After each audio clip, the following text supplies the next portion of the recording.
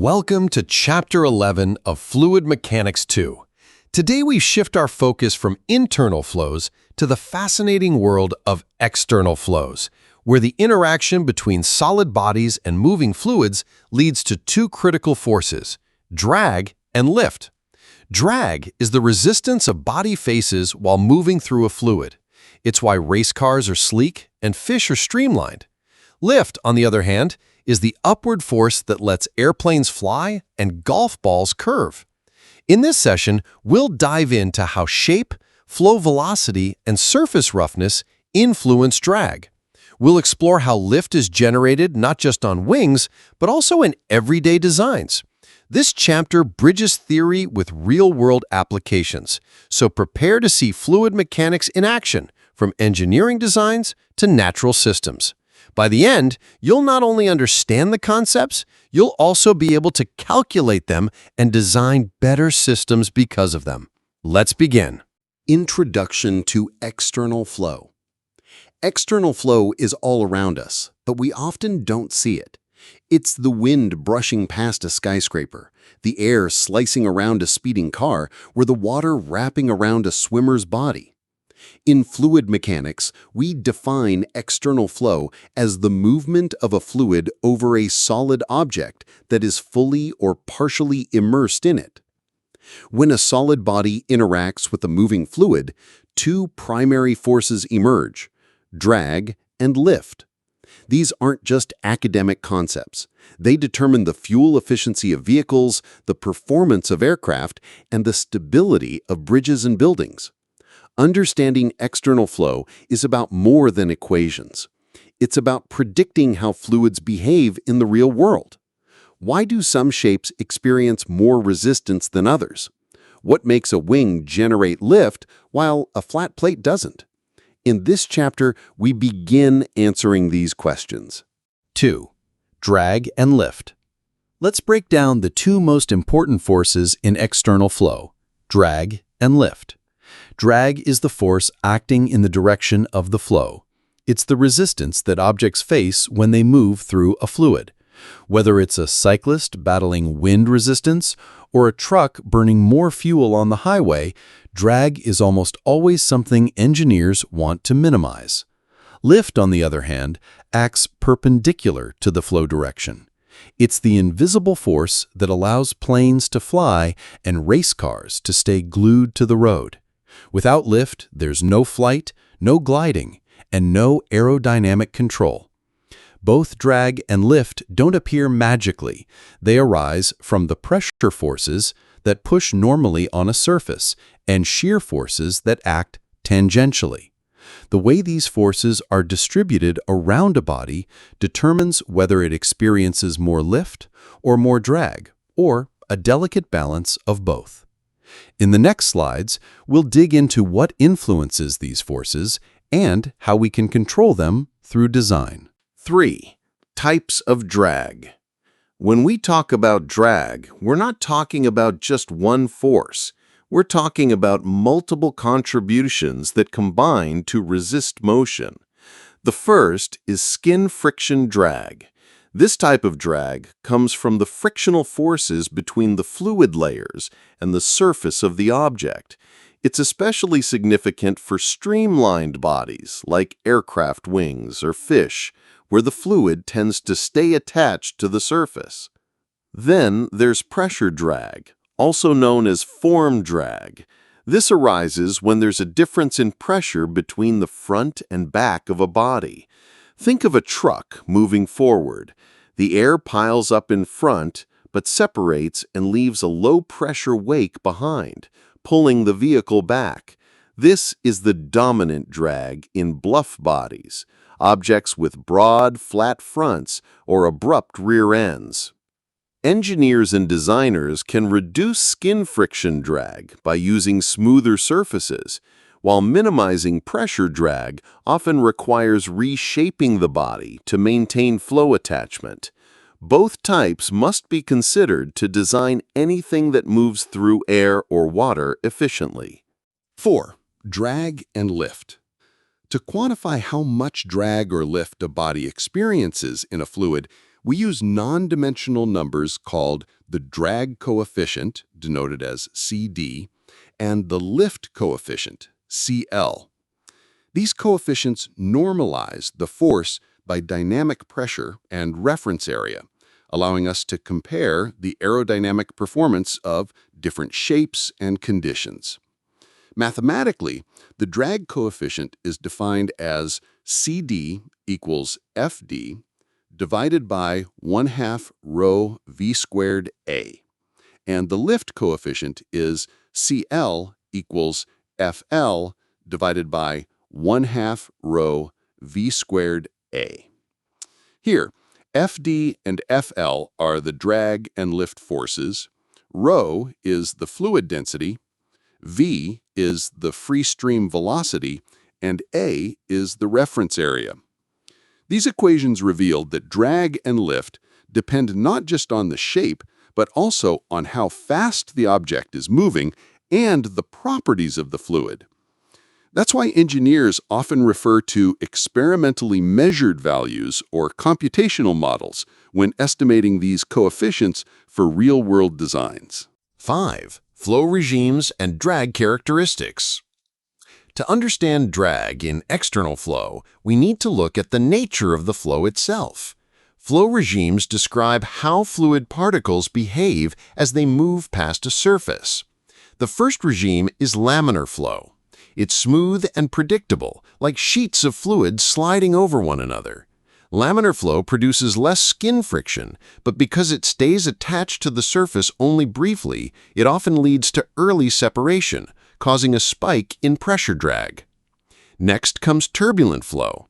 It looks chaotic and disordered, but it actually helps in many aerodynamic designs. While it generates more skin friction due to mixing near the surface, turbulent flow tends to stay attached longer, delaying separation and often reducing the overall drag. That's why a dimpled golf ball travels farther than a smooth one. The dimples promote turbulence in just the right way. And then there's flow separation. This occurs when the fluid can no longer follow the contour of the surface, usually because of an adverse pressure gradient. Separation creates a low-pressure wake behind the object, dramatically increasing pressure drag. Controlling or delaying separation is one of the biggest challenges in aerodynamic and hydrodynamic design. By understanding these flow regimes, engineers can manipulate surfaces, shapes, and boundary conditions to reduce drag and enhance performance. 6. Streamlining and drag reduction. Let's talk about how to reduce drag effectively. One of the most powerful techniques is streamlining, the process of shaping an object so that the fluid can flow over it smoothly with minimal separation. When you streamline a body, you're not just making it look sleek, you're actually manipulating the boundary layer to stay attached longer, delaying separation and thus cutting down pressure drag significantly. But streamlining comes with a trade-off. By increasing the surface area and promoting smoother curvature, we may inadvertently increase skin friction drag. That's because a larger surface area gives the fluid more room to rub against the body. The key, then, is not to eliminate one type of drag, but to find the optimal shape that minimizes the total drag, both pressure and friction combined. This is why a teardrop shape, with its gently tapering tail, is often considered ideal in fluid dynamics. It balances these two drag components and performs far better than blunt or flat shapes. So next time you see a bullet train, a fish, or an aircraft wing, recognize that what you're looking at is a product of centuries of refinement, each curve calculated to reduce resistance and improve performance. 7. Flow over flat plates. Let's explore one of the most classic cases in external flow, fluid flowing over a flat plate. This is where we introduce the concept of the boundary layer, a thin region near the surface where the velocity of the fluid changes rapidly from zero at the wall to the free stream velocity. Even though it's thin, this layer is where all the action happens. Shear stress, velocity gradients, and friction forces are concentrated here. The thickness of the boundary layer depends on whether the flow is laminar or turbulent. In laminar flow, the boundary layer grows more slowly and predictably, with its thickness proportional to x over the square root of Reynolds number based on x. But in turbulent flow, things get messy. The layer thickens more quickly, but it also mixes fluid more efficiently, affecting both momentum transfer and drag. We also define friction coefficients to quantify shear stress. The local friction coefficient tells us the drag at a specific location, while the average friction coefficient gives us an overall picture across the surface. These values vary depending on the flow regime, laminar or turbulent, and are derived from empirical and theoretical analysis.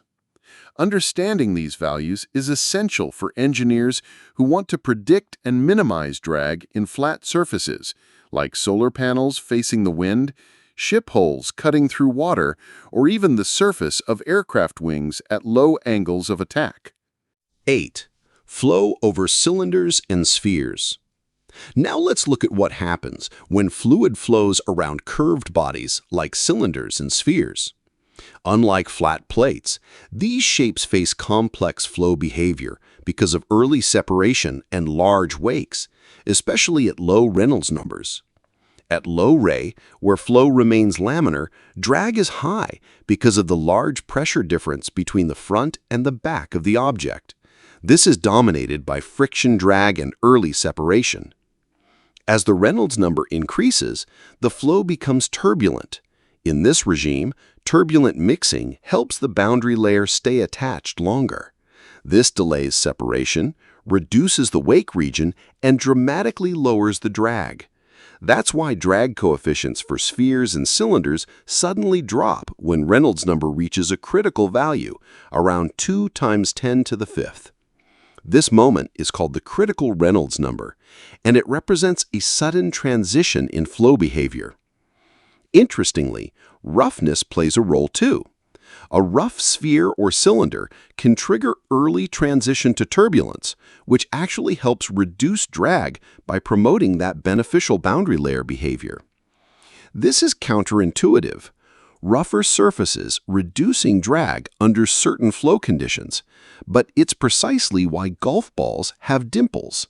They force early turbulence, delay separation, and go farther. So while the shape of a body matters, how the flow interacts with it, laminar versus turbulent, smooth versus rough, can be the deciding factor in how much resistance it experiences. 9. Lift on airfoils. Lift is what keeps aircraft in the sky, and understanding how it works on airfoils is fundamental to aerodynamic design.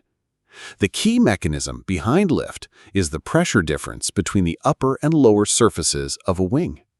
As air flows faster over the curved top surface and slower under the flatter bottom, it creates a pressure imbalance that pushes the wing upward. Pilots and engineers can manipulate lift by changing the angle of attack, the angle between the oncoming flow and the chord line of the wing, or by using devices like flaps to alter the wing's shape. These adjustments can increase lift, especially during takeoff and landing when more lift is needed at lower speeds. But there's a limit. As the angle of attack increases, so does the lift coefficient, until it reaches a peak. This peak is the maximum lift coefficient, and just beyond it lies stall. Stall occurs when the boundary layer on the upper surface separates, causing a sudden loss of lift and a sharp rise in drag. It's a dangerous condition in aviation and a critical point in airfoil performance. Recognizing the stall angle and designing to avoid or delay it is essential. That's why modern aircraft wings are carefully shaped and why flow control techniques are used to keep the flow attached as long as possible. 10. Induced drag, finite span wings. When wings have a finite span, meaning they don't stretch infinitely like ideal models, something interesting and problematic happens at the tips. The pressure difference between the high-pressure region below the wing and the low-pressure region above causes air to spill around the wing tips. This generates swirling motions called wingtip vortices, which in turn create a type of drag known as induced drag. Induced drag is directly tied to the generation of lift. It's an unavoidable consequence of producing lift on a finite wing. The stronger the lift, the stronger the induced drag. This drag is especially prominent at low speeds, such as during takeoff and landing, when lift demands are high. To minimize induced drag, designers aim to increase the aspect ratio of the wing. That means making the wing longer and narrower. A higher aspect ratio spreads the lift more evenly along the span, weakening the tip vortices. Another clever solution is adding winglets, those vertical extensions at the tips of airplane wings. Winglets disrupt the vortex formation and reduce the strength of the induced drag without requiring longer wings. Understanding and controlling induced drag is crucial for making aircraft more fuel efficient and environmentally friendly. Every vortex you reduce is energy saved in the sky. 11. Lift from rotation. Magnus effect. Lift isn't just for wings. It can also be generated by spinning objects, and that's the beauty of the Magnus effect. When a cylindrical or spherical body spins while moving through a fluid, the rotation alters the airflow around it. One side of the object sees air moving in the same direction as the rotation, speeding up the flow. The opposite side opposes the rotation, slowing the flow down. This imbalance in speed creates a pressure difference. Low pressure on the fast side, high pressure on the slow side, and that difference generates lift. This rotational lift is everywhere in sports. When a soccer player bends the ball around a wall, when a tennis serve curves mid-air, or when a golf ball slices or hooks, it's the Magnus effect at work. Athletes exploit it instinctively. Engineers can apply it purposefully. In aerodynamics, rotating cylinders have even been used in aircraft design, such as Flettner rotors on rotor ships, where spin-generated lift propels the vessel. The concept is elegant and powerful. By spinning an object, we can manipulate fluid flow and generate forces without changing the object's shape. The Magnus effect reminds us that in fluid mechanics, motion isn't always linear. Rotation brings a new dimension to lift. 12. Practical examples and applications. Now let's bring theory into the real world. Drag coefficients aren't just numbers in textbooks, they're design targets in engineering. For example, a modern passenger car has a drag coefficient around 0.28, a commercial airplane around 0.03, and a cube or flat plate facing the flow can have a value as high as 1.0. These numbers shape decisions in transportation, construction, and industrial design. When engineers modify the shape of a car, lower the roofline, curve the back, smooth the underbody, they're not just changing how it looks, they're cutting drag, which in turn improves fuel efficiency and reduces emissions. In aircraft design, reducing drag by just a few % can save millions in fuel costs annually. Even buildings are now designed with wind in mind to reduce loads and energy consumption in HVAC systems. This is where fluid mechanics meets economics and sustainability. A seemingly small tweak in form can translate to significant energy savings, faster travel, and lower environmental impact. That's why understanding drag and lift isn't just academic, it's practical, profitable, and essential for modern engineering.